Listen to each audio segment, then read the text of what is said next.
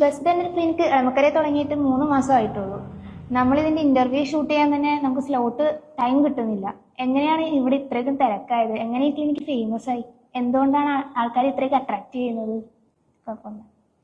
ഞങ്ങൾ ഇവിടെ മെയിൻറ്റെയിൻ ചെയ്യാൻ ശ്രമിച്ചിട്ടുള്ള കുറച്ച് കാര്യങ്ങൾ. അപ്പോൾ ഇതൊരു ഹോംലി അറ്റ്മോസ്ഫിയർ, ഇവിടുത്തെ ആംബിയൻസ്, സ്റ്റാഫിന്റെ പെരുമാറ്റം, അത് ഡോക്ടറെന്നോ സ്റ്റാഫെന്നോ വ്യത്യാസമില്ലാതെ വളരെ ഹോംലി ആയിട്ടും വളരെ ഫ്രണ്ട്ലി ആയിട്ടുമാണ് നമ്മൾ ഹോസ്പിറ്റൽ ട്രീറ്റ്മെന്റിന് വരുന്നു എന്നുള്ളൊരു ഫീൽ വരാതെ അവരുടെ പേടി അകറ്റി പിന്നെ ഇല്ലാത്ത രീതി ട്രീറ്റ്മെന്റ് കൊടുക്കാൻ പറ്റുന്നു. എസ്പെഷ്യലി റൂട്ട് കനാൽ പോലത്തെ പ്രൊസീജിയേഴ്സ്. അപ്പം എല്ലാവരും പേടിച്ച് വരുമ്പോൾ അവരുടെ ഭയം അകറ്റി അവരുടെ സംശയങ്ങൾ ഒരുപാടുണ്ടായിരിക്കാം. പലർക്കും പല രീതിയിലുള്ള ട്രസ്റ്റ് ഇഷ്യൂസ് ഉണ്ടായിരിക്കാം.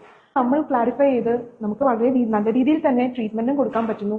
അപ്പിട്ട് പോകാൻ തോന്നില്ലല്ലോ. അതേപോലെ തന്നെ പേഷ്യൻസിന് ഇതൊരു ഹോം ആയിട്ട് തന്നെയാണ് തോന്നുന്നത്. പോയിട്ട് അവർ പിന്നെയും തിരിച്ച് വേറുള്ളവരെ കൊണ്ടുവരുന്നുണ്ട്, വേറെ ട്രീറ്റ്മെന്റ്സ് ചെയ്യാൻ വരുന്നുണ്ട്.